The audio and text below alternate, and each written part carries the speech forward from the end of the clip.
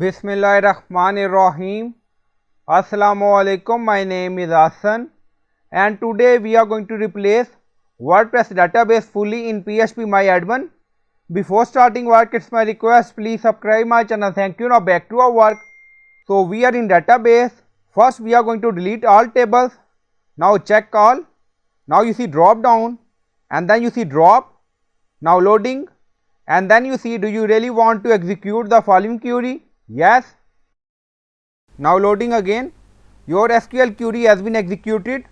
Now go to structure again. Now you see no table found in database. So this is our database name. So now we are going to import. So click on import. Then you see importing into database. So this is our database name.